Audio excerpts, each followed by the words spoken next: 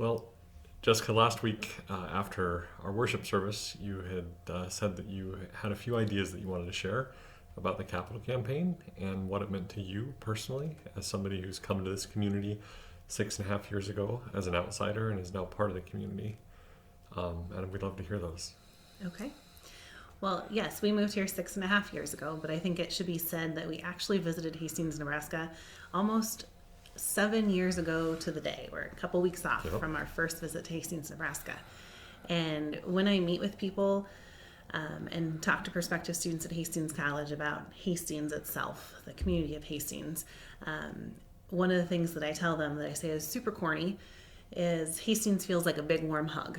And that comes from my first ever visit to Hastings, Nebraska, and meeting with people from First Presbyterian Church, because that's who I met when we first came here, was people from First Presbyterian Church. And the only way I could describe it to my family and my friends after our first visit here was that it felt like a big warm hug. And so when I've been listening to the Capital Campaign over the past 6 months, because I've been at various meetings, that word family friendly, accessibility, and welcoming really stand out to me. And so I just wanted to share a few things that have been amazing to my time here, and I hope through the Capital Campaign other people can find First Presbyterian Church an accessible, a welcoming, and a family-friendly place. The first time Esther ever had to sit through an entire worship service was here. And to say that I was nervous is an understatement. To be here in this capacity, Esther chose where we were going to sit, right up front, where we still sit today. And I didn't have Greg in the pew with me. It was just me and Esther, and nobody was taking her away before the sermon, where that's how it has been for other churches we've attended. And everyone was so kind. They were okay with her wiggles. They were okay when she laid down in the pew, or if she made a noise that she wasn't supposed to at the inappropriate time. And some of the things that we're going to continue to do through the Capital Campaign are just going to make more families feel welcome here and give them spaces and places to go if they're feeling a little anxious about their kids giggling or wiggling in the pews.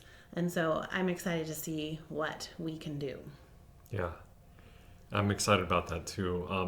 Also, you volunteer in the kitchen on Wednesdays. I do volunteer in the kitchen on Wednesdays. And you're pretty excited about the kitchen remodel. I am. And I think it's more than just about giving us more space to work or newer appliances that are a little more efficient so it doesn't take 2 hours to warm up a lasagna.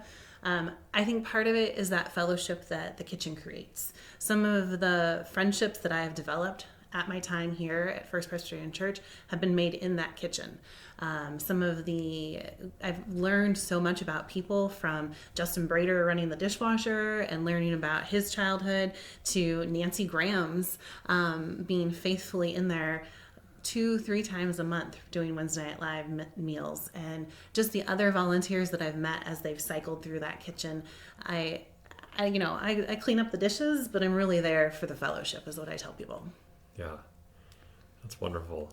Is there anything else you want to share about the Capital Campaign and your excitement for it? I just want to say thank you to those who have pledged a donation and those who will pledge here in the next few days. The commitment that you have to this church and to the people here and to this family that you have chosen to be a part of is just really amazing. And every penny, every dollar that is pledged is just one stone, there's a good word for it, one penny closer to other people finding the amazing warmth, welcome, accessibility that I have found here at First Pres Hastings. And so I'm excited to see what's going to come from this Capital Campaign. So thanks.